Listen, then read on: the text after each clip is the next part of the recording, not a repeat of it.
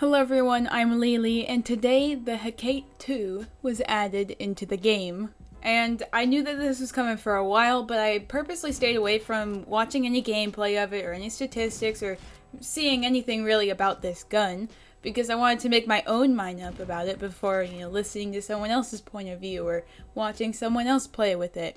And after using it for quite a bit, I'm actually really kind of underwhelmed, I guess would be the correct term, by the rifle.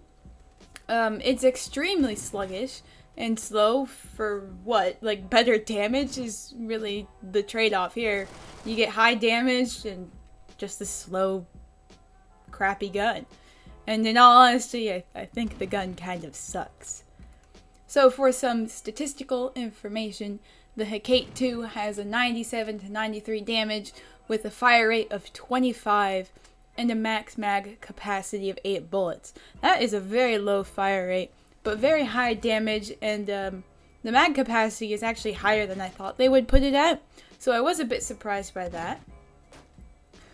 Looking at the advanced stats, we can see that the reload times are extremely slow. Like, this is BFG levels of bad.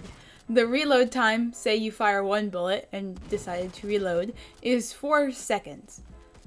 And then the max reload time, you fire all your bullets and then you reload, is 7.6 seconds. That is, I'm pretty sure, the most out of any of the other sniper rifles. And I think that it's a longer reload time than the BFG. That's a long time to wait to fire a shot. And also, like, the BFG has very low movement and handling speed, so it just makes for a really slow rifle overall. Pretty much what I got from this gun is that it's for people who really just cannot hit headshots. It's just a slightly better version of the BFG, and the extremely low movement and handling speeds are just a trade-off for more damage than most of the other sniper rifles have. The BFG has more, but again, with that rifle, there's trade-offs. And similar to what I had said in my BFG video is, like, you can easily replicate the effect of high damage just by hitting headshots. So take the Mosin, the fastest sniper rifle for, like, movement and handling speeds.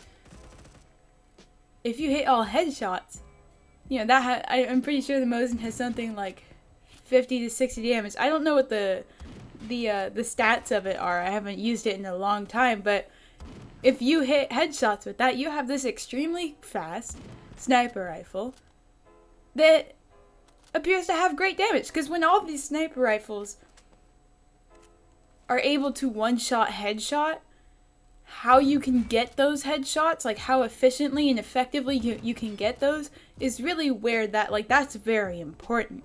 With the Mosin, you really don't have any drawbacks. L115, you really don't have any drawbacks like you would with the Hecate.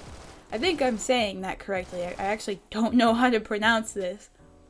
But with the Hecate, if I'm not hitting headshots and I'm hitting body shots, I'm one-shotting, but I have to wait a long time to shoot and reload and all that, and I have to move very, very slowly. And I've actually gotten quite a bit of hit markers with this, more than I would have preferred, and I think that's just from hitting arm shots. And sometimes it doesn't wallbang kill every time with a body shot, I think. So when you're hitting body shots and one-shottings with the Hecate, you could be doing essentially the same thing with the L115 by hitting headshots. And in that, you become a better player. And you get more points, which means that you can level up faster. And while I was using the Hecate, I was thinking about how much I would prefer to be using a gun like the L115. But then, when you hear someone talking about how a gun sucks, you might think, well, buff the gun, give it a buff. But because of the way that the Hecate statistics are, if you give it a buff, say faster movement speed, faster reloading speed, that could kind of push it over the edge to be OP in a way.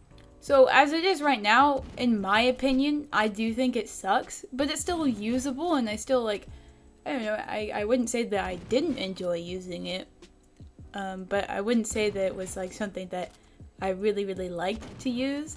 But hey, if you like crappy movement and handling speed with high damage, then this gun is for you.